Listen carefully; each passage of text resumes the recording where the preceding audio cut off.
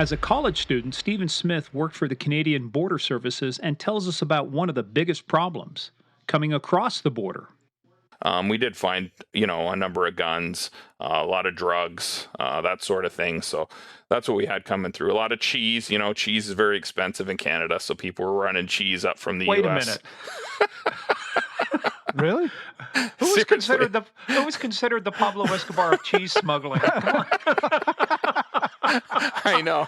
I got 4 kilos of Roquefort today. What'd you get? It's probably worth more than cocaine up here. I got some smoked Gouda that's going 2 for 1 today. You got to That's be right, careful. man. Don't tell too many people. You'll get robbed on the way up. Welcome to Game of Crimes.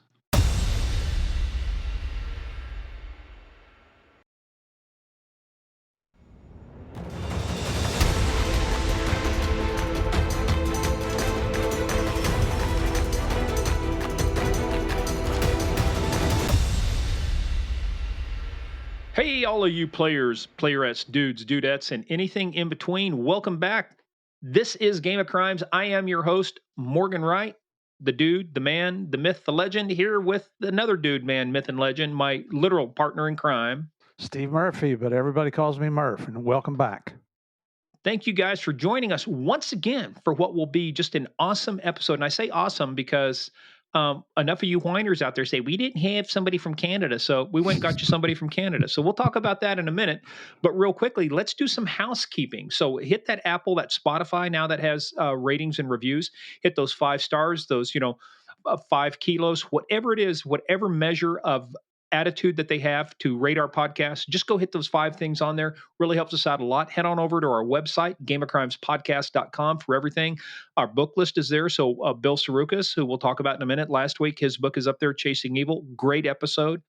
Our merch list, everything is over there. Follow us on social media at Game of Crimes on Twitter, at Game of Crimes on Facebook and the Instagram. But where you got to be is over at patreon.com/Game of Crimes. You just got to be there, Steve. If all the places in the world, this is one of the 7 wonders of the world, you just got to visit, right? Patreon.com/Game of Crimes.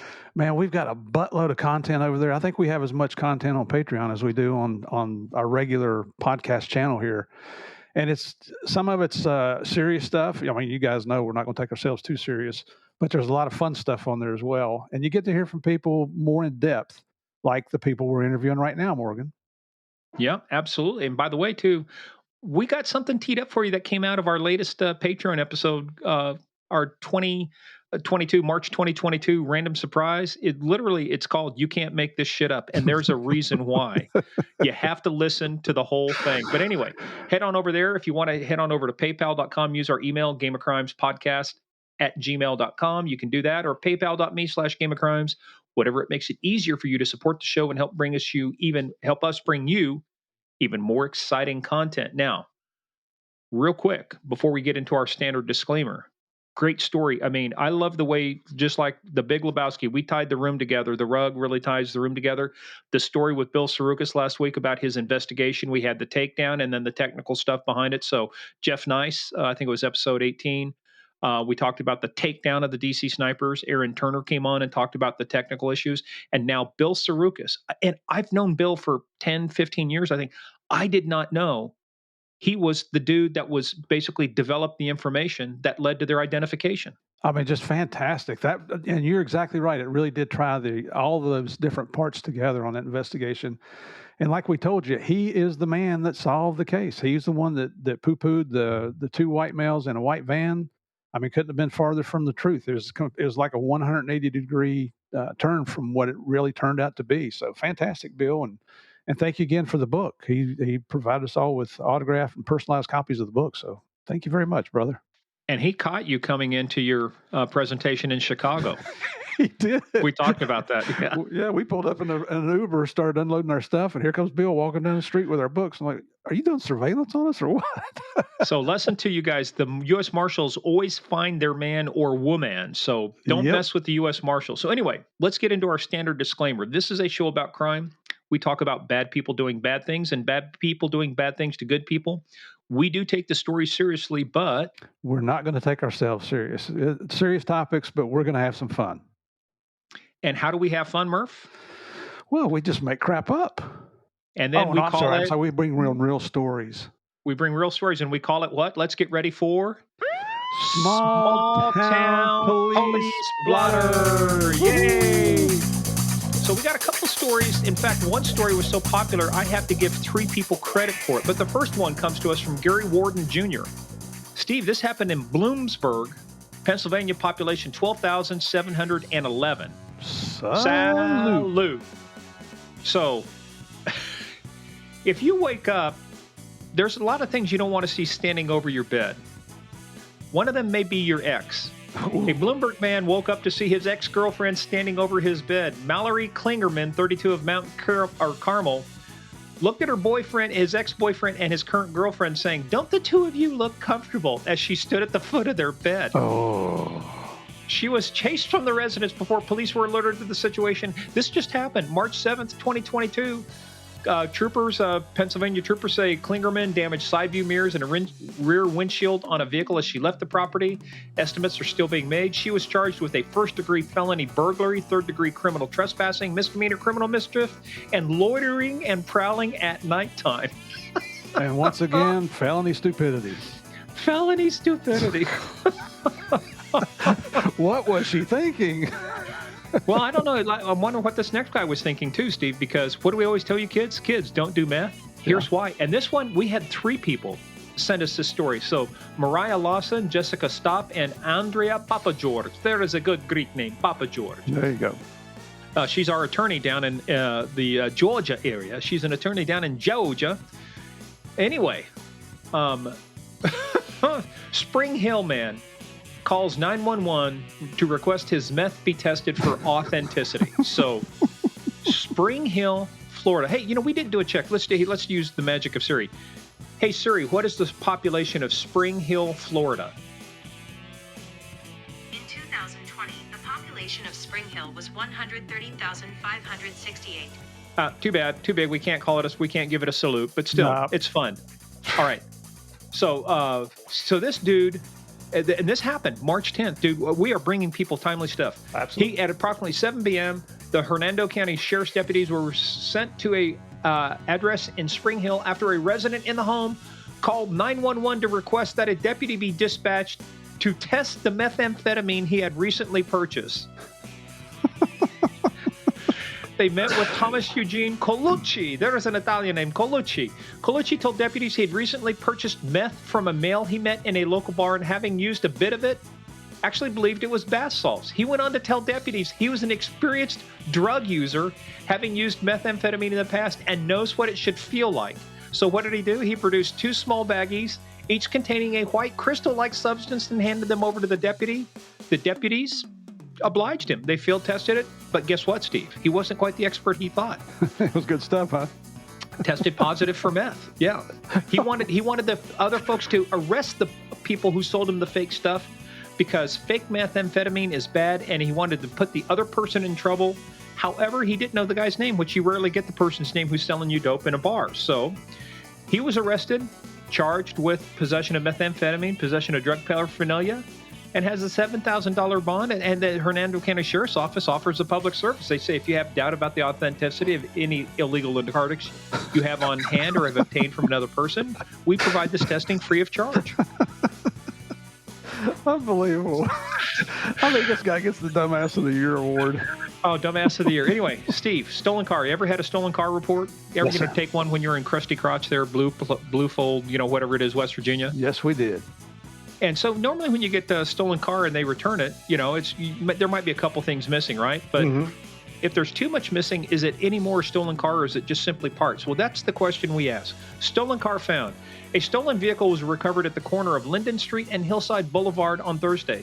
The car was intact except for missing vinyl top, front and rear seats, airbags, dashboard, transmission, engine, and both license plates. They left the tires? Apparently left the tires in the frame, but it was intact otherwise. Except for everything else missing and the glove box. The glove box was still there. It was intact. Oh, my goodness. Okay. And let's finish this up. This is you guys want to hear this, you got to go to patreon.com/gamercrimes. We just recorded our March 2022 random surprise episode. It's called literally, you can't make this shit up, but we thought we would give you one of the stories we covered in that. And Steve and I both decided this was the winner. And it's like, so if you're going to plan a burglary, what's one of the people you don't want to know about it, right? You don't want the cops to know about it, Steve. Right. But unfortunately for this dude, he was referring, this happened in New Jersey. He was planning a burglary with his pal. He's sitting down. He butt dials 911. And the people at the dispatch center hear it. His number is on the 911 call, and police are pretty smart. They use the number. They figure out who it belongs to. They tied 2 burglaries in the home or in the area to this guy, and they went and arrested him. And it's all caught on tape. What an idiot. Well, the guy took $1,355 in jewelry, another $11,300 in jewelry, electronics, handgun, and U.S. bonds. So, but it's all caught on tape. Can you imagine being the guy that's in there and you go, well, how'd you guys find me? Well, you called us. No, I didn't. Yes, you did. No, I didn't. Yes, you did. Here's the tape. And here's your sign. Oh, my God.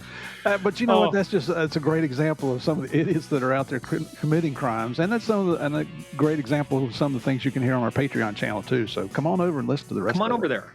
Well, hey, speaking of what you're going to hear now, okay, we got it. You Canadians, the reason we haven't brought anybody on because you guys disappointed us. You fell to 3rd place in the international rankings of who's listening to us. Third place because the United States is first. So it was Canada, or it was the UK, Australia, then Canada. Yeah. So, but in terms of our international winners, they rate 3rd. So we got to get you back up to 2nd or 1st in international folks. So we did through the good graces of Steve Metelsky, who was on one of our previous episodes talking about the gangsters in the velour jumpsuits who bring people into the mafia at Motel 6 and then head on over to the buffet. Canadian, he got a hold of Stephen Smith, and Stephen Smith. This is, I got to tell you, first of all, we had a good time talking with him. We're busting chops because he was from Canada and we know somebody in common. I knew his former deputy and his chief, guy named Kim Derry, which we'll talk about.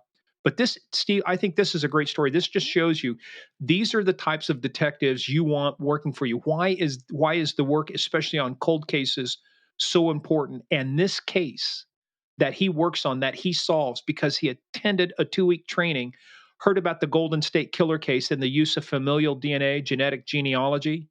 And there's a difference. We'll talk to you guys about the differences between the two. I'm telling you, when we got done, I was like, fucking A. I was inspired. I'm going like, what a hell of a job. Absolutely. And I knew very, very little about DNA. So it's great to hear what's being done with it. It's fantastic that they're able to use what's available to them now in technology to solve cold cases. If you've had a missing member, and we don't want to go too far into the story because we want you to hear it from him, but, talk about, if you call it bringing closure or just giving the family an answer of what happened to a loved one, that's huge. That's one of the biggest things. And these guys, they took the bull by the horns. They didn't know anything about it. They learned, then they went and taught themselves more, and they're continuing to learn as they go. So they're doing a phenomenal job in Toronto. And one way to hear about this phenomenal job they did is you got to hear the episode. And the only way you can hear the episode is for me to ask Murph once again, are you ready to play the biggest, baddest, most dangerous game of all? This game we call Game of Crimes. Yeah, baby. Everybody get in, sit down, shut up, and hold on. Let's bring on Steve Smith and let's learn about DNA.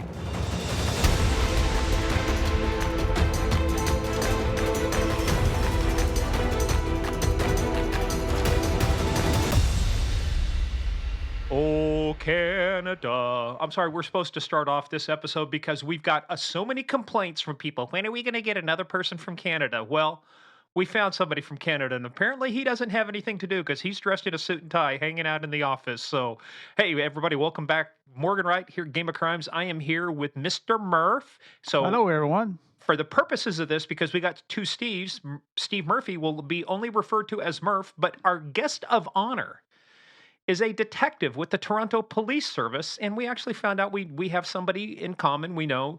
We'll talk about that in a minute. But Steve Smith, welcome to Game of Crimes. Woohoo! How you doing, fellas? Thanks for having me. It's a pleasure to have you on here.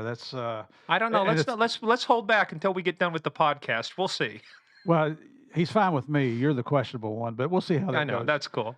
But Yeah. it's a testament to the Canadian police that our listeners want to have more of you guys on there, guys and ladies. When I say guys, it's all inclusive. We had Pam Barnum on there. We had Steve Metelsky. We got you. Now we got another guy that we're going to reach out to. Yeah. Did you ever run into Pam Barnum when she was a federal prosecutor? No, I haven't. I saw her on your website, but I've never met her. Okay. Don't she piss her dives off. out of cars at 15, 20 miles an hour working, Hell's Angels gangs. So, typical day in Canada there. Hey, I'm tired of this, Let's just bail, okay? We're afraid of her. It's natural. We do that for training. Just jump out of moving cars. Bunch of tough guys up there. Tough guys. I do it with Murph. If you've seen how Murph drives, you're going to bail out of him before you get too far, too. So that's right. Well, you can be the leader. You can be the follower. I'm going to be the leader here. I'm going to be the leader in the highway. He's going to be the leader as he drives off, into the pond there, and we don't find him for 3 days. So that's why we tell everybody, get in, sit down, shut up, and hold on. Here we go. We're going to have fun. So, Steve, let's talk a little bit about you. As we do with everybody, you are in Toronto. But before we get started about your big career in Toronto, we have somebody in common. I was asking if you knew Kim Derry. So, let everybody know first who Kim Derry is or was with you guys. Kim Derry retired as our chief of police. He made his way up through all our different squads and eventually retired as the chief of police under Bill Blair, who was the chief at the time. And how big is Toronto police, just so everybody knows? Yeah, that's what it's getting ready to. It's about 7,000 officers, maybe a little bit less. It's a little bit bigger than Bluefield, West Virginia. Yeah, that's 35. We're getting close to 10,000 people with civilians and such. I think we're a little bit less now. I think we're down probably around 5,000 officers and about 4,000 or 5,000 civilians. So. Wow. Hey, and Steve, for the next part of my story, kind of tell folks how big of a guy is Kim Derry? Oh, he's massive. He's huge. Yeah, I don't even know how tall he is. He must be 6'6", 225, 230, easy. Oh, more? No, I guarantee you. So let me tell you the story and why that was important. So I knew Kim. We were actually when after Hurricane Katrina happened, we were supposed to have the International Chiefs of Police Conference in New Orleans. And they were very concerned whether or not they're going to have it or not. Could they rebuild it in time? Could stuff? Well, it ended up being done. And so we go down to this conference and we're staying, our hotels are on Bourbon Street. And, we take these little buses to get to, get to some of the areas where these events are happening. And I had just come back from an event, stepped off of a bus. Now, my right knee was kind of tweaked. I don't remember what I did. I stepped in something wrong, but I was kind of hurt. And could barely stand up. And I'm walking down the street and all of a sudden, this big son of a bitch hops onto my back and goes, "Morgan!" And I almost fall. My knee is all jacked up to begin with. It was Kim Derry, all 6'6" and 250 pounds, hops on my back and goes, "Hey!" Yeah, I could see that being a bit of a problem. Hey, now, I didn't think we were going to tell those kind of stories on our show, man. What's wrong with you, Morgan? Well, there was some drinking involved. We were in the those stories are okay. The French Quarter of, we were walking up and down Bourbon Street, so it was a great time. That was a great event. But Kim, I said, "Kim, you're one heavy son of a bitch." I was surprised I didn't fall over and crash. Anyway, that was kind of our story to lead into this. So let's talk about you now, Steve. How long have you been with the Toronto Police Service? About 25 years now, just over 25 years. So started in 96. Was this your first department or did you work anywhere else? It was. So during university, I worked at Canada Border Services, but as a part-time student. So I worked in the summers and in evenings through university.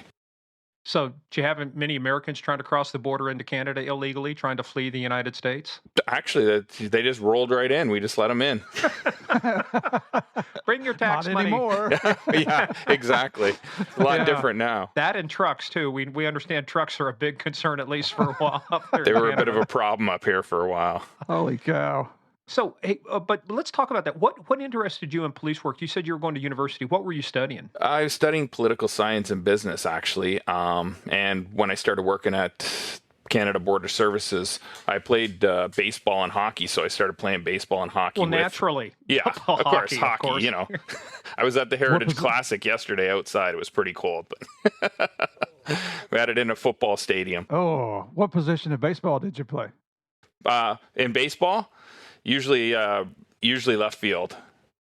So. Do you have the arm? Yeah, I could play anywhere except third base. Couldn't play third base. Didn't have the arm for third base. Got it. Anywhere All else I could play. And you're number 9 on the batting order when they put you in right field too. Yeah, so. exactly. That's a tough one. That's a tough one. So, but what were you planning on going into when you were studying this political science and business stuff? Actually, I wanted to go into law. I wanted to actually become a lawyer. So I was looking at that. For and God's sakes, why? I don't know. Yeah. It's something that interested me all along. And then I got into university. And by the end of university, I didn't want to do any more university. So I didn't want to go to law school at that point. So I figured I'd take the easy road. Job. Exactly. You got a real job then. That's right. So, how long would have law school have been for you had you gone to university? Had you gone to it right out of university? It would have been 2 years, 2 to 3 years, depending. Okay. Well, how did you come across this Canadian Border Services job? Was that just a job posting, summer internship? How did it start? So I went to Brock University, which is in St. Catharines, Niagara region. So we were right by the Niagara border. So obviously you have the 3 border crossings in Niagara, and through the university they would post job openings there for summer students and evening work, and I just applied and I was hired. So I started working that. It was a great job. It was a lot of fun. A lot of students from all over Canada would come and work during the summer there. So, and if I remember right, one of the big issues too was, we call them Native Americans. I think you refer to them as indigenous people, or yep. Yeah. Yep. Some of that too was the trafficking in like alcohol or guns or something. Did you guys run into any of the trafficking issues there in Niagara? Not really in Niagara. I mean, we had people smuggling a little bit of booze and stuff, but we didn't have a whole lot of problems there. Every once in a while, your Americans would come up with their guns. Most of them would declare right-wing rifle-carrying Christian farmers, of course. Exactly. It's you guys it's America. That's right. You guys aren't giving up your guns for anything. But actually, most of them are pretty good. They would come up and they'd actually admit that they had it. We'd hold it for them and such. We did find, a number of guns, a lot of drugs, that sort of thing. So that's what we had coming through. A lot of cheese. Cheese is very expensive in Canada, so people were running cheese up from the U.S. Wait a minute. Really? Who was considered the Pablo Escobar of cheese smuggling? I know. I got 4 kilos of Roquefort today. What'd you get? It's probably worth more than cocaine up here. I got some smoked Gouda that's going 2 for 1 today. You got to be careful. Man. Don't tell too many people. You'll get robbed on the way up. Oh, man. That's Jeez, I can't believe that. Cheese smugglers. Yeah. So what about cigarettes? Oh, yeah, are a lots big of problem? cigarettes. Yeah, lots of cigarettes because of the duty and taxes we pay up here. So we'd find all kinds of cartons of cigarettes, that sort of thing. I mean, at the time I worked there, the border services weren't armed, right? They're all armed now, but when I worked there, we didn't have guns. So, it was interesting. It was interesting sometimes. We finally won you guys over. You started carrying guns. That's right. Yeah. That's right. Except, now I had a pal of mine on the Ontario Provincial Police. He was up in Timmins, home of Shania Twain, South Porcupine Detachment, just to be very specific. But a lot of them, they left. They couldn't take their weapons home with them. You guys couldn't carry concealed off duty, or at least they couldn't up there. Yeah, you can't carry up here even to this day unless you get authorization from the chief of police. You can't carry your weapons off duty. You can take them home if you have a gun safe and proper storage, and you have proper storage in your vehicle to take it home. But it's not like the U.S. I was down there for some police Olympics and stuff, and all the fellas have one on their hip and one on their ankle. It's not like that up here. We don't carry off duty. Well, see, it's the American way. It's the first rule of gunfights. Bring lots of guns. Rule number 2: bring lots of friends with guns. Absolutely. Hey, that South Porcupine Station. That's a strange name. That sounds like a very prickly post to work at. Huh? Yeah, there's some interesting ones up north. Speaking of pricks, thank you very much, Steve. Murph, we'll be back to our back to our regularly scheduled podcast. So what was the most interesting seizure you had coming across the border? It was a big seizure of drugs. We pulled someone over to the side. Why they stopped with a trunk full of drugs, I'm not sure whether they knew it was there or not, but we opened it and it was just full of cocaine. I think there was 36 bricks of cocaine in his trunk. So No how'd attempt to that get conceal there? it? Damn. No attempt to conceal it. Just right in the back, blanket over the top, and they were going to roll right through. I mean, who knows how many times they may have got through or not, but at that point we were able to take it out. So Not the smartest people out there. That's why they're. yeah, I guess they're the ones being paid to bring it over, right? They aren't the ones making all the money off of it. Well, Idiots. unlike the Patreon episodes we're recording right now, two of Steve's friends, Chris Feistel and Dave Mitchell, were the ones season 3 of Narcos was made about the Cali cartel. But they were talking about one of the big seizures they had were, what was it, Steve? 20 tons or whatever hidden inside concrete fence posts. 12 tons. 12 tons. 12 tons. Jesus. I can't even Operation imagine Cornerstone, what you would wasn't it? do with 12 tons. Like, what- Sell it, make a lot of money, and retire someplace warm, right? Steve, what's the temperature again there? If you're, Zero? if you're in Oregon or Washington State, that's personal use up there. That's personal use. Who gets to weigh 12 tons? It was fun. There was a big discussion about whether they Who's removed the the exhibits cement before officer? they weighed it. I think a lot of it was just estimating. They call it Kentucky windage. Okay, this one weighs this. We got 12 of these. Let's just take a wild guess. It's the largest seizure of concrete, in DEA history. So there happens to be a little cocaine attached. By the way, anyway, so back to our regularly scheduled podcast. So how long? So was this just a summer job, or did you do this full time for a while, looking to get into the cop work? No, it was actually, so when I did graduate from university, I graduated, Wait a I minute. guess. You said when I did. It sounded like you had a trouble. When I finally did graduate. Yeah. Well, I did eventually graduate, and I was 47. Yes. I think that was April. I applied to the Toronto Police in June. I was hired by July to start in August. So it went pretty quick. That was just as Toronto Police was opening up. I actually applied to OPP, Toronto, and the RCMP. So I was hired first by Toronto. What does that tell you? Canada has low standards if they can hire you in a month. No background check. Hey, dude, they trust everybody. Hey, have you done anything wrong? No, not that I recall. Okay, good. I think at that point, Toronto only had one hiring in about 8 years. So they were hiring 300 over the course of that year. So they were really trying to pump people through. Why the lack of hiring during that time? Taxes, money? Yeah, it's budget? just budget, right? Our budget wasn't expanding to the point where we could hire at those points. So they didn't hire for a long streak. So even when I came on, most of the people that I was working with had a minimum of about 8 years on the job. So it was good for learning. That's like being the youngest kid in your family and your oldest is 8 years older than you. When you're in kindergarten, they're graduating, middle school. And that's exactly what it was like. We knew nothing and they knew everything. And we just tried to keep our mouth shut and learn. Well, Smart. so how long was your academy? So it was about 3 months at Elmer, Ontario. So the Ontario Police College. And then Toronto added at that point another 3 months on top of that. So we were in about 6 months before we were actually deployed. Is that just to cover the ordinances and statutes in Toronto proper, or? Toronto's just such a unique city. I mean, when you're going to the Ontario Police College, you're learning basically from across the province. So you're learning all kinds of different types of things. I mean, even like into farming, stuff that doesn't really apply to Toronto. And then you come back to Toronto, they want to do their own use of force stuff, their own shooting, their own fitness stuff, and teach you the intricacies of Toronto and working in the big city, right? Well, that part at the college, that qualified you to be a trooper in Kansas then, wasn't it? All the farming crap. Hey, let me tell you, you steal a lot. We actually had classes on farming equipment. They called them, instead of VINs, the vehicle identification number, they were called PINs, product identification numbers. You go out and you steal a Bobcat or you steal some construction equipment. Those things would go for $60,000, $70,000 very quickly, on the black market. So yeah, Steve, and we were actually seizing a lot more stuff than you did. And what was it?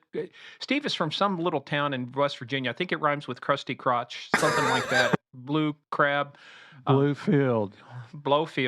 Blofeld. Hey, wasn't Blofeld a James Bond character too? Blofeld. Anyway, back to our regularly scheduled podcast. So Steve, let's talk about you now instead of dissing on Murph. Yeah. So you said you didn't want to go back to school, and yet here you are, 6 months of training. You could have been halfway to being a lawyer in Canada by then. Well, this one, a lot of it's physical, so I enjoyed that a little more instead of just writing reports and writing essays and all Yeah. that sort of stuff. So it was, it was learning, which I enjoyed the learning part. I just didn't enjoy writing all the papers and such that went with it. Funny, I had a couple training officers like that. It's like, now we didn't see that. Just, it's too close to end of shift, so let's just go. No, no paperwork tonight. So tell us about what is the life of a Toronto police officer as you're starting off. So how long are you in a field training program, before they decide to take a chance and release you? So basically, as soon as you graduate from the college, they assign you to a division within uniform division within the city. So I went to 51 division, which was considered Regent Park at the time. So it was it's basically Lower East Side Toronto. It was probably one of the most depressed areas of the city. A lot of crime, a lot of Isn't bars. every area named Lower East Side? Anytime you like say it. you say Lower East Side of Chicago, Lower East Side, of New York. Yeah, and that's exactly. There was a lot of public housing. Almost the whole division was public housing. I mean, we did have some spots where there were very nice houses and such, but it was dotted with public housing, and it was one of the most dense areas in Toronto. All the high rises.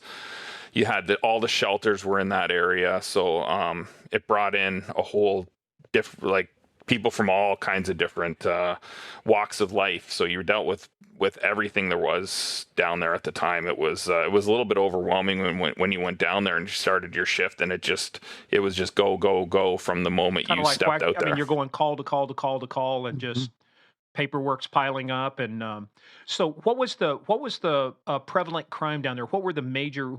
I don't mean major crimes, but major categories of crime, or what were the top 2, 3, 4 things that were always you guys were dealing with down there? Well, I mean, drugs was a big thing, right? And everything was based off of that. I mean, it was an area where there was a lot of drug addicts. There was a lot of people obviously supplying the drugs. And from there, you had everything else. You had your break and enters, your robberies, your break and enters to vehicles, thefts, like you name it. And then, of course, with the drug trade comes the violence. So you'd have your shootings, your gang-related murders, your stabbings, you name it.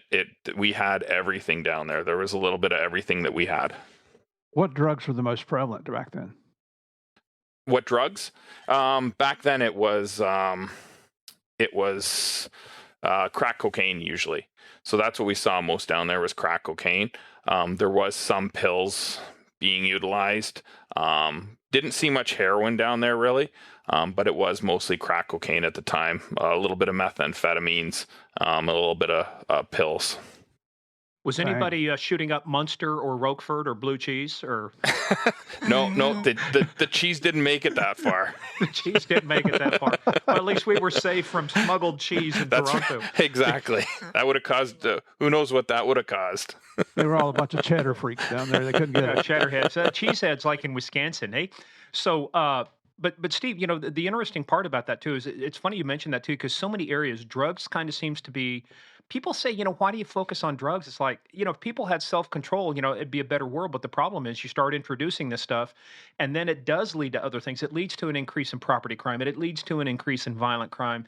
And when you go to areas to where the drug use is low, it's down, then there's a corresponding decrease in a lot of those same crimes, right? So, That's right.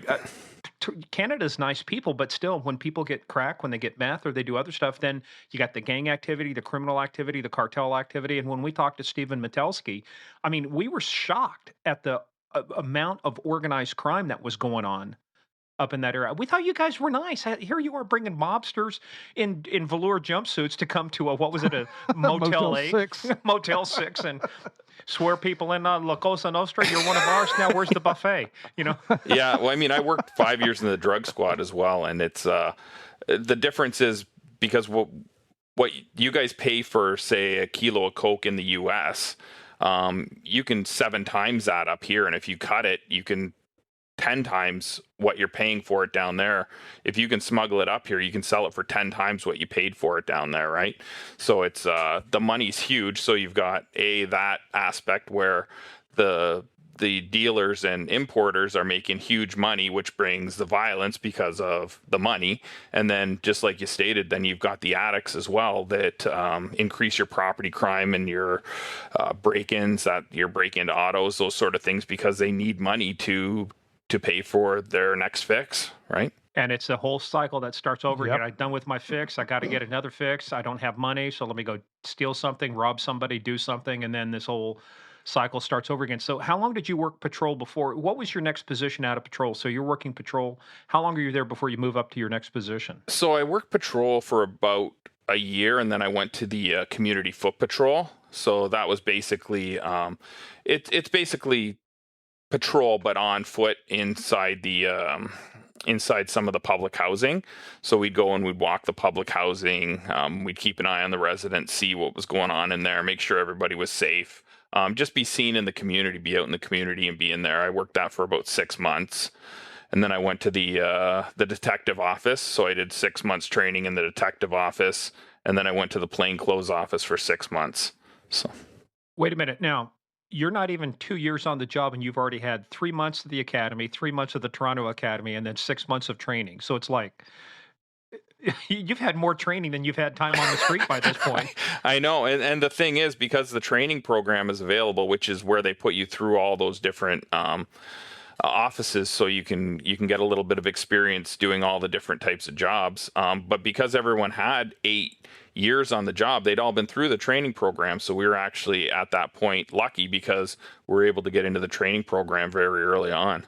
Without having to compete against other people for slots and everything else that had seniority, because you all, and I'm kind of joking, but that's one of the biggest, I think, issues police work faces right now is people, we go through, I don't know how much you went through it in Canada, and we stay apolitical here, but we talk about, the issues, and one of the issues is there were certain people saying, let's defund the police. Well, you defund the police, you defund training, that's one of the things you don't want to do. You defund firearms training, you don't want to do that. You defund defensive tactics. You don't want to do that. I mean, so what kind of issues were you guys dealing with? I mean, at that time, how was the community support for you? And did you guys deal with something similar up there even now? Yeah, I mean, we've went through it a little bit as well, but our community support is pretty good up here. I mean, we really have, our service really works to work with the community up here to establish inroads into the community so that we all work together to come up with the best possible solutions. I mean, as you guys know, the last thing anybody wants is somebody to get hurt in a police interaction, whether it's an officer or someone that's being arrested, someone with mental health issues. So we work with the community, and we work, obviously our training is to the point where we're trying to provide a zero injury factor for anyone involved in a police interaction. I know these people that think the cops are just out there to shoot people or hurt people. Maybe there's a very, very, very small percentage, and I'm saying less than 1%. I mean, like maybe 1/100th or 1/1000th of a percent of idiots that would get on the police department and want to hurt somebody. But the vast, vast, vast, overwhelming majority of law enforcement professionals are all about helping the public. I agree. I mean, that's the last thing anybody wants to do is have to use one of your use of force options, right? I mean, we do everything in our power to not have to use that. But as you know, sometimes in policing, there's no other options, which is unfortunate. But anything that we can do to mitigate that, we will do. I mean, we've got a lot of less lethal options now. The shotguns, the pepper spray, the tasers, anything that we can utilize to not have to use Not have to lethal go to force. lethal force. Yeah. That's right. Did you have to go? Did you go through taser training? I did. I went through taser training. Yeah. Did you get tased? I did. Yeah, it was a lot of fun. I figured, I could fight through this, no problem. I lasted about a second and a half, and I was on the ground. I've never felt anything like that in my life. Did they catch you before you went down? Yeah, they caught me, but it completely took away. Like you guys have probably went through it as well, and it just. Oh no, not taser. Went through No? OC. We'll talk about it. No, because they didn't have tasers back in our day. That with Steve, they just had the bow, the arrow. The 6-shooter. He had a 4-legged horse, though. That was the good thing about West Virginia. All the horses had more legs than they had teeth, just like most of the population. But how you can tell a West Virginia horse is the 2 legs on one side are longer than on the other side. It's got to go up and down the mountains. Yeah. That's a good point. Yeah. Hey, but the other thing too, people think about tasers. It's like when it works. I mean, it really works. But the other thing too is you kind of got to make sure don't drink a lot of liquids and don't load up on stuff before you get tased. Like I said, I've never felt anything like that. It took away any I don't understand how if these people fight through it, how they do that because. The ones that do though, it's like I don't know if you dealt with. Did you ever deal with anybody who was dusted, on PCP or Yeah. really, That's some right. of those people they have no threshold for pain, and it's like sometimes I think there are some people who just their body composition, their physiology just says, hey, that's not going to affect me that much, where the taser, the probes don't get in there. But man, there are a couple times I only dealt with a couple people that we really knew were on PCP, but man, it's like it took 10 people. Yeah. Oh yeah, absolutely. Thank God those are few and far between. Yeah. Yeah, it's crazy when they get that sort of strength and stuff. And I mean, we have the added layer up here where we have our winters, so people are wearing big bulky coats and stuff. So the taser's tough to utilize sometimes in the winter. So we've gone to the less lethal shotgun now. So. Well, no, you're just Canadian. You say, hey, sorry to be pal, I got to tase you, so would you mind just taking off your coat there? Okay, yeah, but would you hit me up here so it doesn't hurt? We don't want you to get cold. It could be a negotiation. We could try that. Hey, but did you ever go through the OC training? Oh, yeah. I didn't like that either. No, I went through that. So the one thing you learn, right? And you didn't hear it. But the one thing is that oleoresin capsicum, basically it's cayenne pepper. And it used to be alcohol-based. When we first started using it as alcohol-based, it would evaporate very quickly.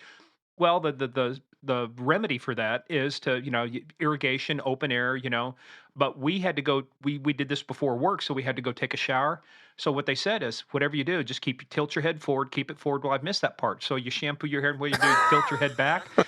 And the OC in my hair ran down my back, into my crack. Oh, TMI. And let me tell you, you talk about it. I've never felt something like that before. Yeah. Yeah, that's a tough one. I mean, I remember when we took ours, they put us all in a big room and they sprayed it into the room, and you had to see how long you could last. And when that stuff got on your head and into your eyes, oh my God, that was Did you have that to was talk interesting. Anything? Pardon? You didn't have to talk? Did you have to say anything? You had to come out, and then you had to go through a whole. You had to try to fight through it and make your way to a certain spot and say a few words. And it was not a fun time. Yes, I remember we had to say the alphabet inside that trailer before you could get out. Oh, really? And if your instructor was a real jackass, you had to do it the Greek alphabet. Alpha, beta, gamma, delta, epsilon, zeta, theta, kappa, lambda, nu, zymer, pi, rho, sigma, tau, epsilon, phi, chi, psi, omega. There it is. But don't ask me to say it backwards. But basic training. We didn't want you to say it July forward. 1979. Went through the gas chamber. You know what is outside every gas chamber in the damn United States at every Army installation is a big fucking tree. They say, don't run, don't get scared, just walk out. And there's a reason the tree's out there, because we had several people go running out of the gas chamber, boom, right into that tree. Don't run. The biggest thing is don't panic. That's true. That's true. Try to fight through it, right? Anyway, back to our regularly scheduled podcast. So, Steve, now that we've established that you've been both tased and sprayed and the life of S&M is not for you, because I'm not going through that shit again. So let's start kind of going down your glide path into investigation. So when did your first full-time role in investigations come up? So after I'd finished my training program, I went back on the road for about another 6 months, and then we were taken to a newly formed unit. We'd had a lot of shootings down in our area in 51 Division. So the unit commander at the time, Ron Tavner, set up a specialty unit to actually deal with the shootings and make sure that they stopped in the area. So I was placed into that. It was originally a 2-year spot. I think I lasted about a year in there, and then I moved on to the drug squad, the street team drug squad. You lasted a year? You couldn't take it anymore, or just? Oh no, I got offered the spot at the drug squad, so I went there. See, it's the language. It's like, well, I finally graduated. I barely made it through university, and I only lasted a year. The proper way to say is, I did time. I was in there for a year, and then this great opportunity came up. But when you say I only lasted a year, I'm going, dude, This is your ninth assignment. You've only been on 4 years, so I'm not used to talking about myself. that's why we love this podcast. Steve, feel free to give him the finger. That's why my nose gets itchy every once in a while. I get to send a subliminal message here. It's not so subliminal. So, but back to you, Steve, not Murph, the other Steve. So you got in. So tell us about this new assignment. Then you're on this one squad for a year. This other opportunity came up, and you seized the opportunity. What was that? I did. It was the drug squad, so the Toronto drug squad. So it was basically the city drug squad. The city was broken down into 3 basic areas. So there was the East Drugs where I went. So we did basically the Scarborough area of Toronto, which is East Toronto. Then there was a downtown crew and a West crew.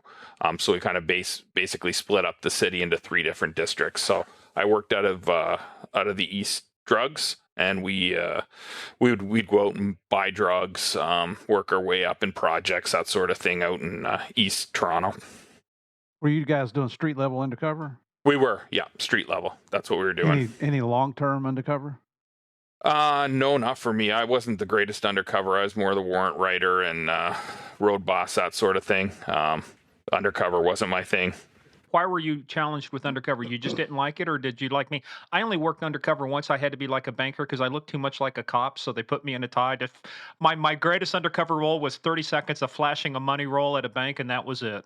Well, one of the things when I went up there, we were lucky. We had some unbelievable undercover officers, so I didn't really have to do the job. I don't know if I would have really liked it anyway, but I mean, we had 4 or 5 people that were both men and women that were phenomenal at it, so we let them do their job and we took on other roles. Did you guys work jointly at all with the RCMP? Did you guys have any kind of joint? Because you guys don't have the equivalent of a drug enforcement administration up there, do you? No, we don't.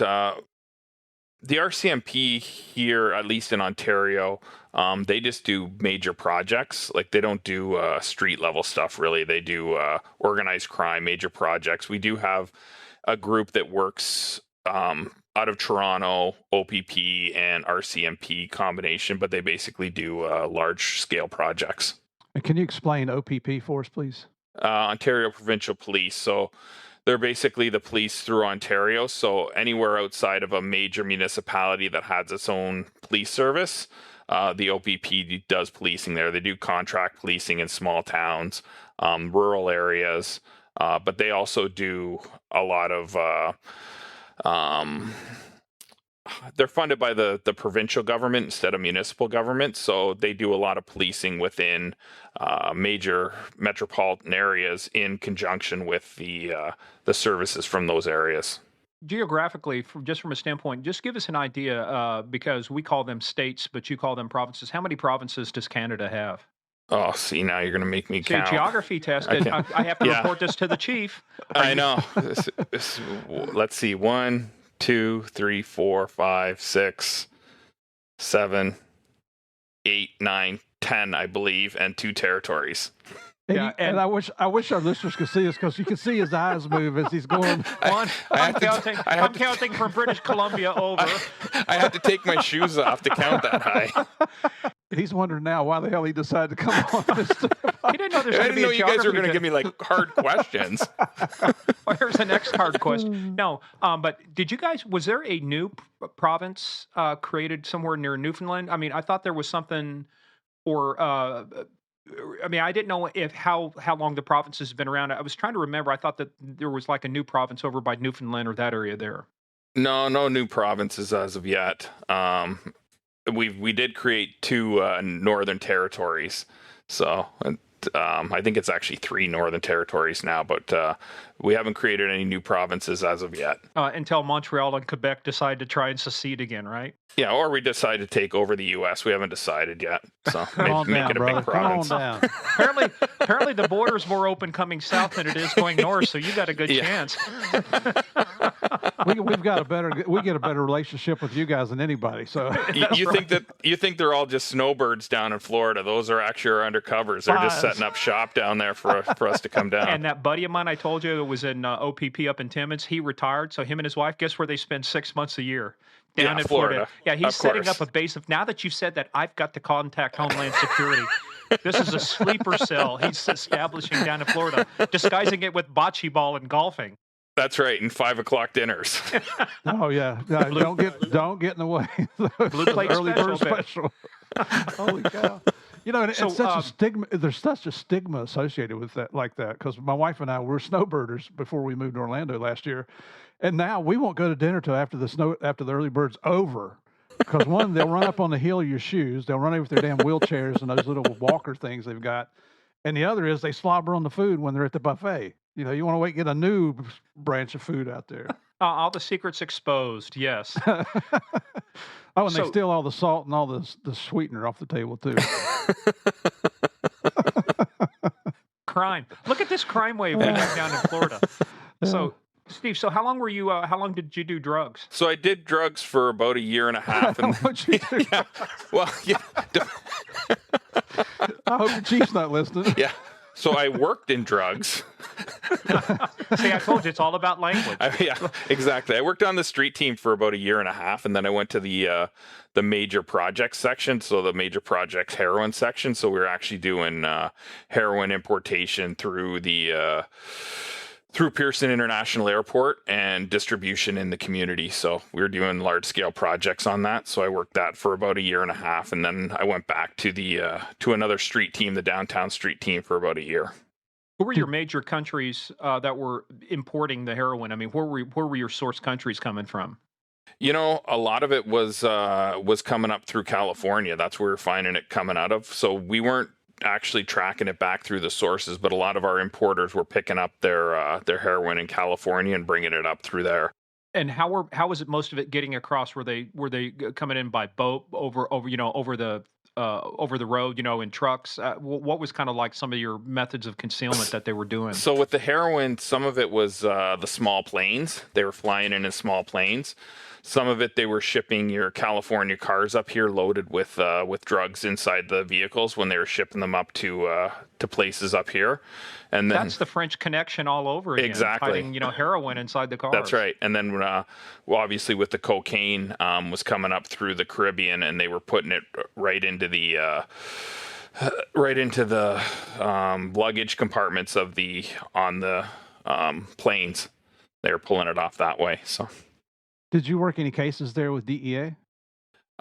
We did work a little bit with the DEA. There was a few cases through Guyana and a few other things that we'd crossed over with the DEA on those type of things. A few Canadians got arrested down in the Caribbean with DEA information, and we were able to go down. Some of our officers were able to go down and debrief them, bring them back up, and help us to set up here. There's a tough job. Who wants to volunteer to go to the Caribbean? It's 0 degrees in Toronto. Who wants to go to the Caribbean? No, I don't. I like the cold. Yeah, I was still too junior. I didn't get those trips. In the late 80s and early 90s, we had a full-time RCMP guy stationed in our office in Miami. Yeah. I mean, talk about tough duty. Nobody could outdrink the guy either. Oh yeah, the RCMP have great. They have someone in every country, so those are not bad gigs if you get the right country. Pretty sweet I guess. job. Yeah, like the legal attaches, the FBI, they're all over the place Yeah, too. exactly. I'm going to go to Roma. Let's go to Roma. What a tough station. What's the Pope up to today? I don't know. Now we've established you haven't done drugs, but you worked drugs for a while. So what's your glide path? Because it sounds like you've been in investigations in one form or fashion for the majority of your time, right? Yeah, for the majority of my time, that's what I've been involved in investigations. So from there, I moved on to the Repeat Offender Parole Enforcement Unit. So basically, it's a unit that's established to keep track of our parolees when they're allowed out. So is that giving them enough rope to hang themselves? Get it, repeat offender parole enforcement. Yeah. Get it, Steve? Exactly. Murph? Get it, Murph? I got it. I'm about to throw up, but I got it. So yeah, those are great investigations too. So when the parolees go on the run or whatever, we would track them down and bring them back so they'd serve the rest of their sentence, or at least part of their sentence. You were kind of the equivalent then. Our episode that just dropped while we were talking about it here is a friend of mine, Bill Staroukas, with the U.S. Marshals. So the other thing, you don't have an equivalent right of the U.S. Marshals. That's right. So you guys had to do your own fugitive recovery, as they say, and go out and find the folks. Yeah, we would train with the U.S. Marshals a couple times a year. They'd come up here, we'd go down there, and we'd train with the Marshals in those regards. So it was a good working relationship with the marshals. And that's kind of a fun. I mean, it's not something some people don't want to do it forever, but for the time you do, we didn't have a specialized unit like that. But when I wanted to track down a fugitive and I'm start working, it was kind of fun. I mean, it's the kind of the ultimate cat and mouse. Can I find you? Can I get you? In spite of everything you're doing, it is kind of the ultimate cat and mouse game to go after some of these fugitives, especially the dangerous ones. That's true. It's a lot of it's very interesting to track these people, and I mean, you can't use the same sort of methods on every track, right? Because everybody's different. Everybody utilizes different scenarios and such. So, it's a very interesting path to follow. And there's an added benefit to that cross training like that between the U.S. and Canada because you've got the contacts, and anybody that's ever been in any kind of business, if you've got contacts, that's how you get things done. Yeah, absolutely. I mean, when I ended up going to the hold up squad and we did track the Walter Bandit, we utilized the U.S. Marshals extensively.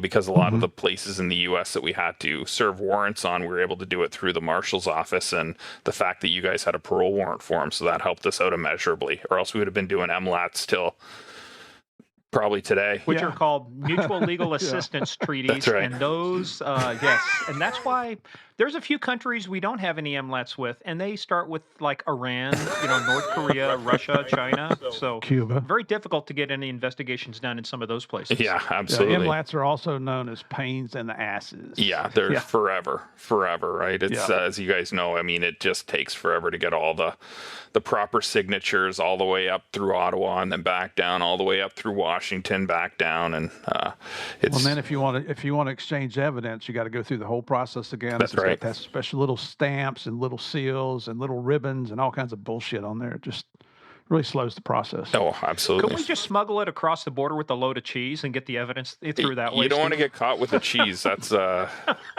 tough one. Well, Rome is going to give away to the cheese dogs. I'm putting a watch on you two when you come up. I know you guys are going to be bringing blocks of cheese up with you.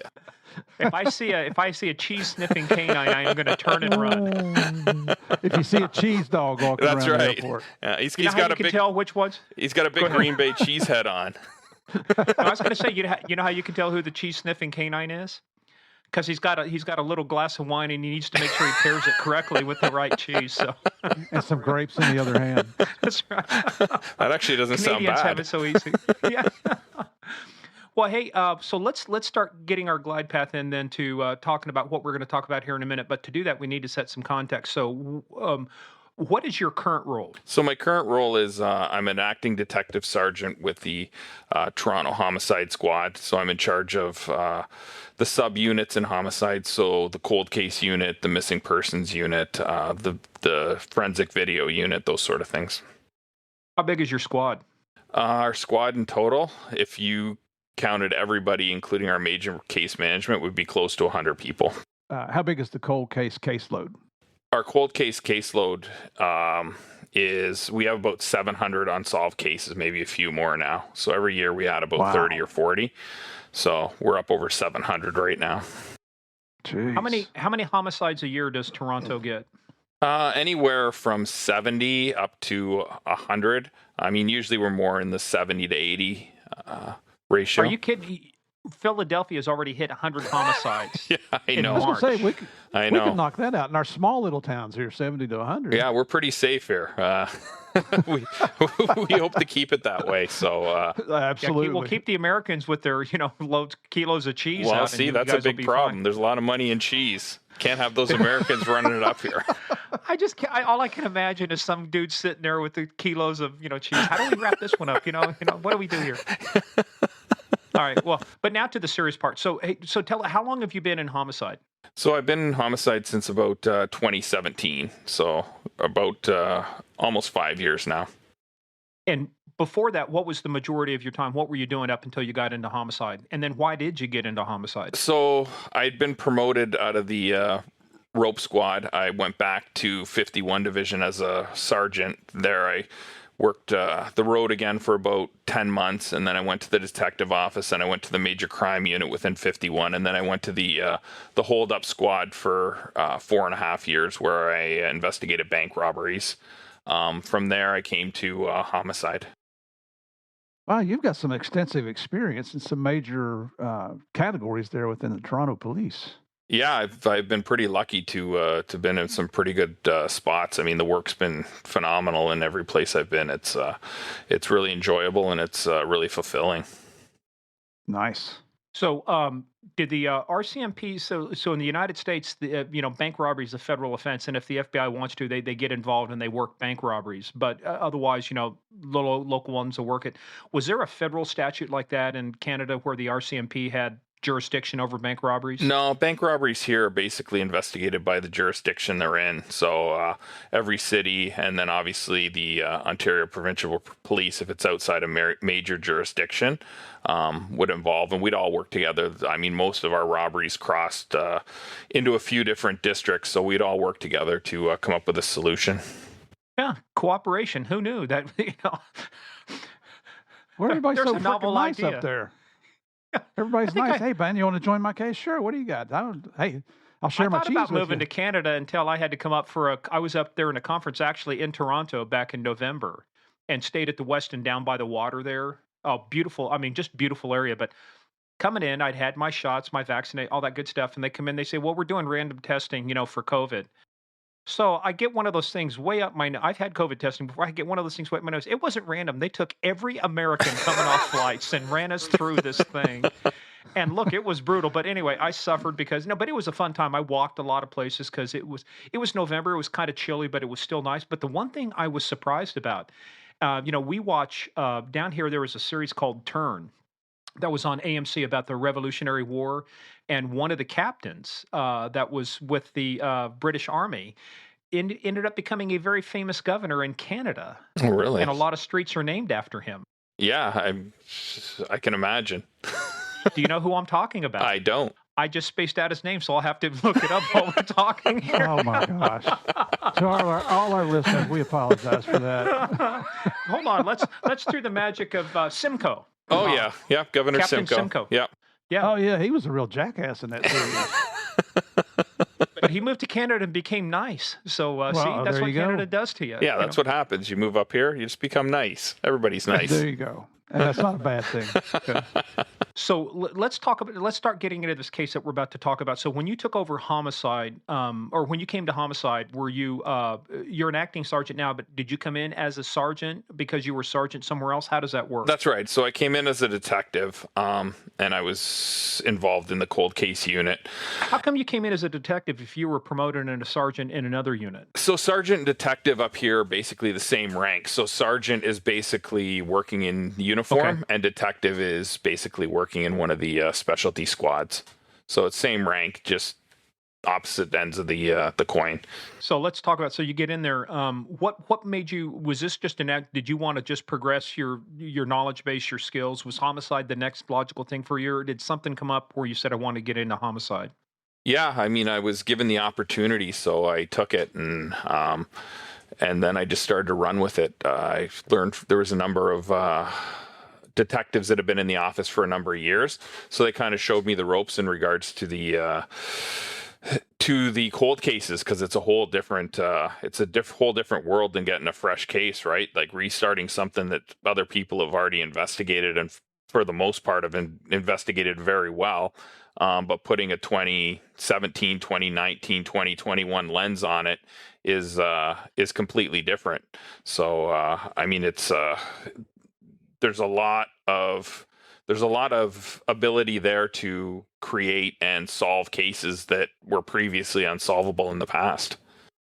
So here I'm showing you something. You'll get this. I'm actually helping an agency with the cold case. This is my work on the cold case right now. Picture of the victim on the back. And I kind of adopted the LAPD cold case approach that they have. They have, the table of contents, so they get the chronological record and everything.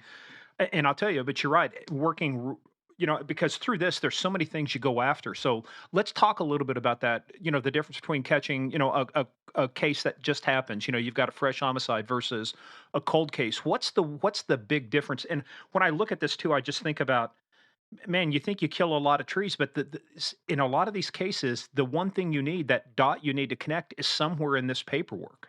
Yeah, I mean, that's the hardest part. I mean, now if you catch a a fresh homicide, everything's digital, right? So everything's computerized. So everything's on your computer. So people anywhere that are working with you, it's one click of the computer and they're up and they have all the information. They can go through it. You have your video, you have your cell phones, you have Credit cards. credit cards, all the digital tracking now that you didn't have back in the day. People weren't able to be tracked that way. So you go back and then, I mean, you've got your advances in science, how far we've come with DNA. There's all those things that are available to you in fresh cases that weren't available in cases previous.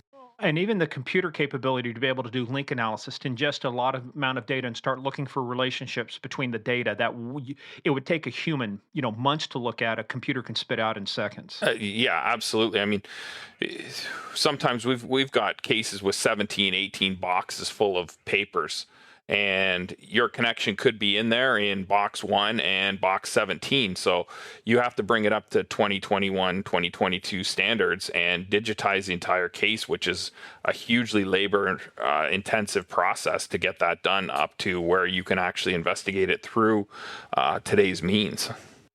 Now, when you guys open up, go back and work on a cold case, are all the cold cases already being digitized, or do you only digitize them once you decide to open up that case? And then what's your criteria for determining which cases you're going to work on? So we've actually created a cold case tracker. So we have all our cases tracked, and it provides all the information of everything that's in that case, DNA evidence, what type of case it was, who the victim was, as much information as we possibly can. We've been doing our best to digitize all the cases that we possibly can. But I mean, with 700, it's a huge process. But we're working through it to get them all up to today's standards. And basically what we've started with, and this was before my time, is we started with vulnerable victims and close contact murders, hoping that in a lot of them, there could be DNA evidence available that just wasn't available at the time or wasn't tested, because at certain points in the past you needed puddles of DNA, whereas now you need a pinhead. So those are all things that we take a look at and go through. And that's one of the other challenges, though, too. People think DNA, it's oh man, we got DNA, case is over. It's like, no, especially when you start talking about things like touch DNA, because I could touch something, hand it to Murph, he could touch it and hand it to you. I have absolutely no connection to that case, but yet my touch DNA is on that. So a lot of people think the DNA is the silver bullet, and quite frankly, it's not anymore. It's like it's another tool that you have to use to investigate, right? So that's been one of the challenges as we've gotten more advanced and we can detect even more minute things. If I left a puddle of DNA at a scene, it's like it's pretty easy to say you were there. There's no doubt. But now with things like touch DNA and mitochondrial DNA, I mean, we start getting smaller and smaller samples. Are you challenged by that too? Trying to say, now that we've got this, I mean, how do we link this person now to the crime? Yeah, definitely. And I mean, we assess all of our DNA results through that lens. It's what's the DNA, where was it left, and do we believe that this is the offender's DNA because of the scene? I mean, there's certain aspects where you can look and go, absolutely, that's going to be the offender's DNA. But there's other ones where you look at and you may have 3-4 different DNA profiles, or the DNA may not be sufficient enough, maybe on a beer bottle in a residence. You can't say that is your offender, but it does give you something to work with, right? Yeah, I mean, like if you get semen out of a victim's vagina, we're talking clinically here, right? That's that's a no-brainer there. That's like there's only a few ways that gets there, right? But having some other type, like you say, DNA on a beer bottle, well, how do I know somebody isn't? How do I know that beer bottle was brought there? Was it drank somewhere else and brought here? So I like the way that you're approaching this. But what's your criteria for opening up a case? I mean, do you look at, obviously solvability is one of those things. How much stuff? What does it look like before you open up a case? What's the process you go through? So every case that we open, we don't go fully from top to bottom. So we'll open the case. We'll have the exhibits assessed. And if there is any hope of either creating a DNA sample or sending things back to be retested, then we'll do that right off the bat. In the meantime, if we aren't able to create an offender profile, we won't bother reinvestigating that case unless that we believe that there's changes in in relationships that happened within that case, and we're able to go back and re-interview people. People's lives may have changed. So really the two things that we're using are advances in science and changes in relationships within these cases. So, like changes in relationships, like somebody 10 years later, 12 years later, 15 years later decides, I can't have this on my conscience anymore. I've got to give a tip. Somebody told me something. So, you get a good tip. You might open up the case. But it's like, but if it's just sitting there with no change in anything, if there's no forensic, there's nothing forensically you can test, no DNA, and there's no tips coming in, it's kind of like it's hard to open those things up and work those totally cold. That's correct. It's like the shootings as well. I mean, because you don't have, if you don't recover the firearm, you've got some ballistics, but you don't have the firearm. You don't really have any DNA because it's not close contact. Those ones are tough to reopen or rework unless you have people that you can go back and re-interview and maybe get some further information out of that.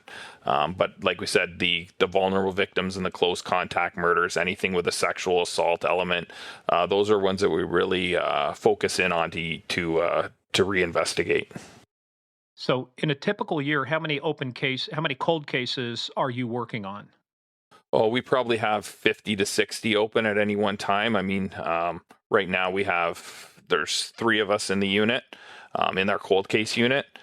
We're looking to add a couple more people, but we're actively investigating around 50 cases over the course of a year. And I mean, with cold case, and you guys know, it's we almost sometimes call it the hurry up and wait office, because you'll send something in to be retested. Well, that's an 8-week wait so in between that, you're going to fill your time with opening other cases and getting that process so it's all spaced out as your information comes back to you. That's, you op- that's horrible having to wait that. I mean, that's the way process is, and hopefully that'll improve in the future. But you lose your momentum. If you're hot on that trail and you need that one piece there from a new test, it just kind of kills your momentum in the investigation, doesn't it? And then you start working for 8 weeks. You're working on multiple other cases. Yeah, it's so we have to keep extensive notes to remind us of exactly what point we're at when we come back to it, and that's part of our tracker. Is we put that right into our tracker, exactly everything that we've done in each case.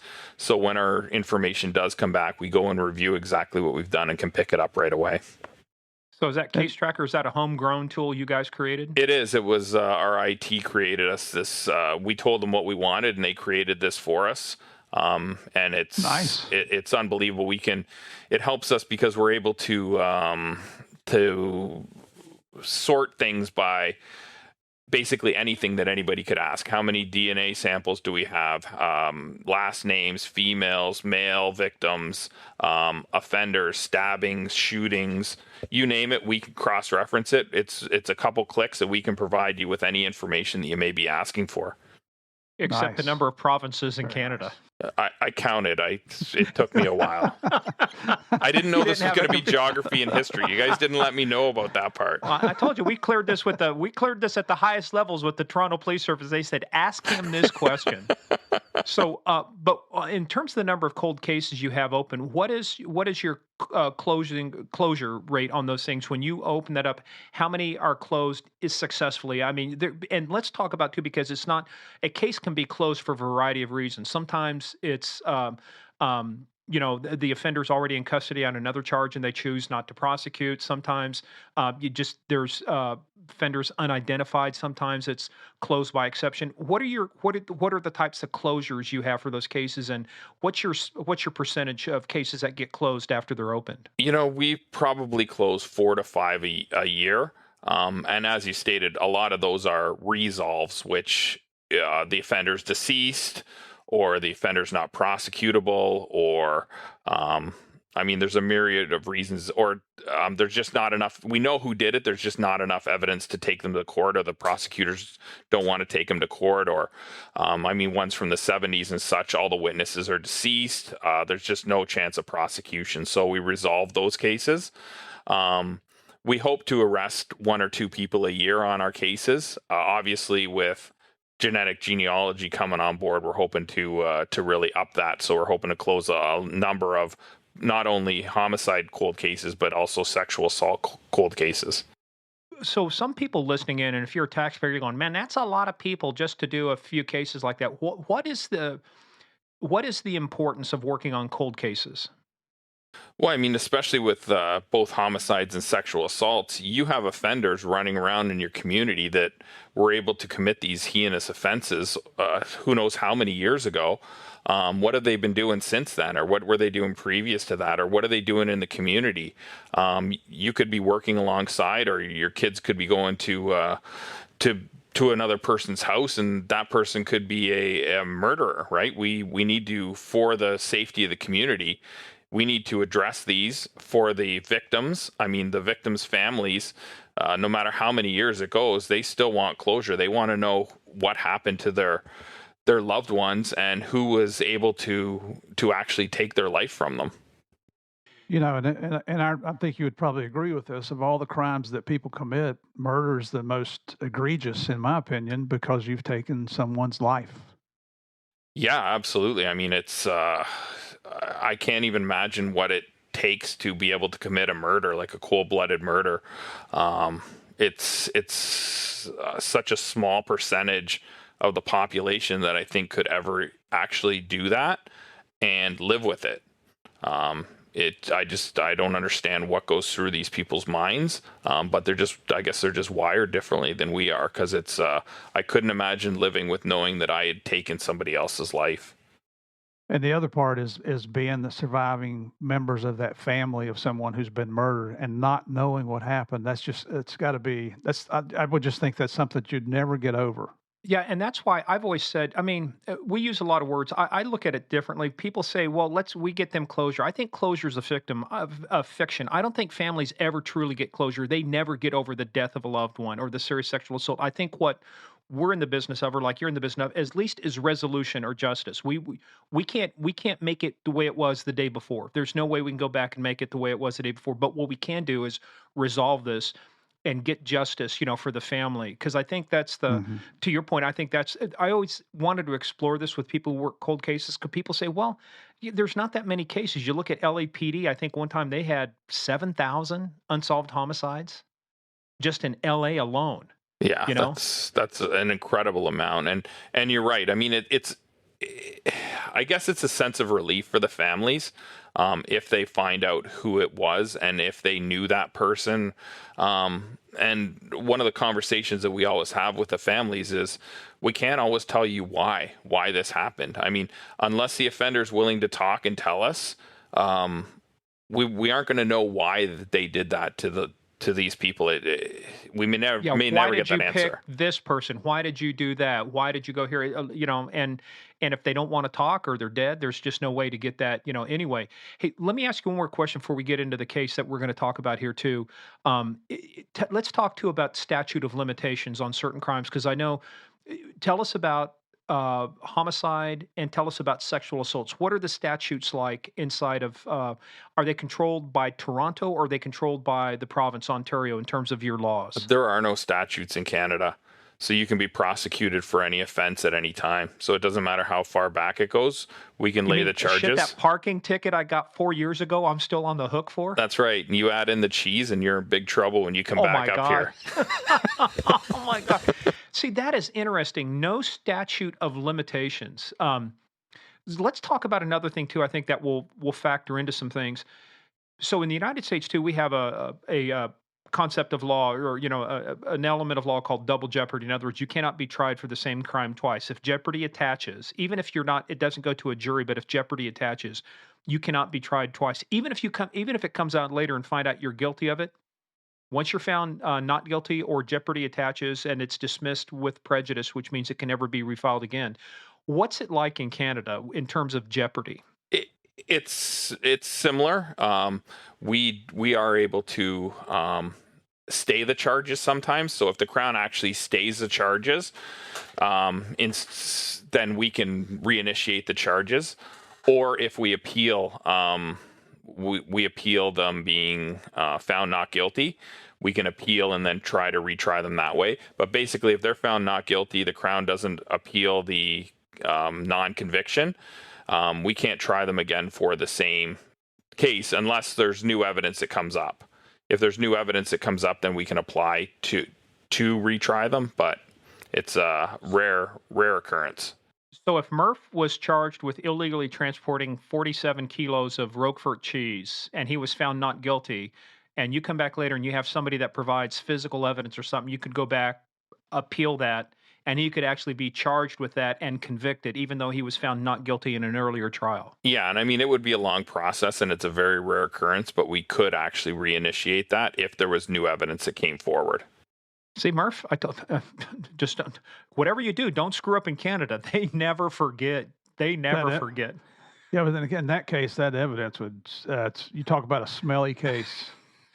I don't want to put that in my evidence locker. Yeah. Listen, if you've got a car full of cheese, you just run. If you get pulled over, you just run. Because, you know. Cocaine, just show them where the dump is. That's You'll right. be okay. Yeah, But you're good. cheese, you're going down. You're good. Yeah. Well, hey, and folks too, folks know our standard thing. We take the cases seriously, but not ourselves. So Right. but we joke around, but we're very serious about the homicide stuff. And so let's start laying the groundwork for this too, because we're going to talk about a cold case of yours. But to get to this cold case, we have to understand how you got about working on this case. So you had the chance to attend some training that the RCMP put on with the people who actually investigated the Golden State Killer case, Joseph DeAngelo. So let's talk about that. How did that come about? How did you get to that? How did you put in for that training?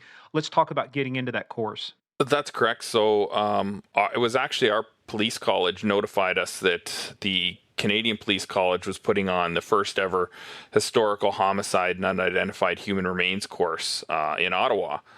So they made us aware in case we wanted to send some people. So we decided to send two of us up to the course. We really didn't know exactly what it was going to entail when we went up. I think even the facilitator was just kind of putting it together because, as I said, it was the first one in Canada. But they were able to get a lot of great presentations, and one was actually the Golden State Killer presentation and on genetic genealogy. How many people were in this course? I think that there was about 35, maybe a couple more, but it was pretty close to around 35 people from all across Canada, Northern Canada, Western Canada, Eastern Canada. There were people from all over, right across Canada. So it was a great course. We met a lot of good people, made a lot of connections, and definitely learned a lot. I mean, the genetic genealogy, when I listened to that, the first presentation on the Golden State Killer, I had no idea what they had done. I was so confused because they had been immersed in it for so long. They were talking at such a high level. Hey, did you ever deal with geographic profiling or anybody named Kim Rossmo out of British Columbia? No, I don't think so. We usually use our OPP profilers when we utilize a criminal profile. Have you ever done any geographic profiling where you look at where the crimes are committed, like the Green River Killer, and the Golden State Killer, where they geographically look at where they are and draw relationships between them? No, I haven't. I mean, we don't have a whole lot that are connected through DNA, and we definitely don't have any that are really connected across Canada as of yet. I mean, hopefully in the future, if there are those people out there that had been going across Canada. I mean, I know in the US you guys have people that travel all over the place and leave bodies throughout all your states.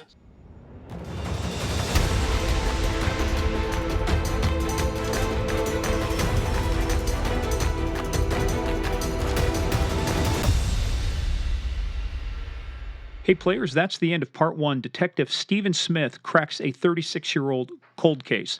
Stay tuned for part two. We've got the solution to the case. There's a real twist in this case you're going to want to hear. In the meantime, go check us out at gameofcrimespodcast.com, our website. It's got everything you need on there, including our book list, merch list, pictures from episodes, all the great stuff.